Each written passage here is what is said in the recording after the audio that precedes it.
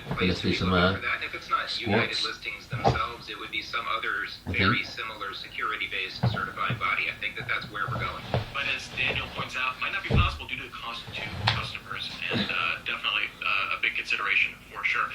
Moving on to our next story, a ransomware gang threatens to leak data if a victim contacts the FBI or police. Ragnar Locker Group is threatening to publish full data of victims who seek the help of law enforcement and investigative agencies following a ransomware attack. Contact data requests experts to attempt with decryption or negotiation processes. This announcement puts additional strain on victims, considering that governments worldwide have strongly advised against paying ransoms, but have suggested turning to law enforcement instead. So, Matt, kind of going to your point about this being in a lot of ways, not just a technical attack, but a psychological attack.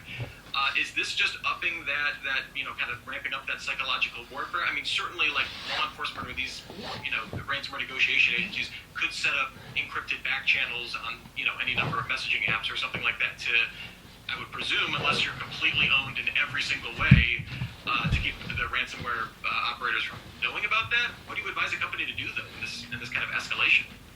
Yeah, I mean, not paying the ransom is certainly solid advice, but you got to remember every action has a consequence. And in this case, the consequences, the extortion gangs are getting more and more desperate because it's no longer just throw your hook into the lake and see if you grab a fish. It's, I want to intimidate that fish into biting my bait.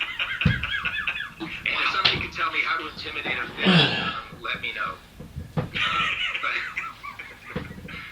unfortunately, this is also not a rare criminal tactic, right? I mean, threatening to punish the victim more if they tell anybody, it's an age-old tactic that it's getting used in about half of all ransomware cases today, based on what I've seen recently, just in industry talking to people. And certainly that's another psychological element. I think my best advice is to assume that they really do have your data. They probably shown you pieces of it, and they probably really do have it, and just prepare for it to be released, because chances are strong that whether you pay or whether you don't, they're going to release your data.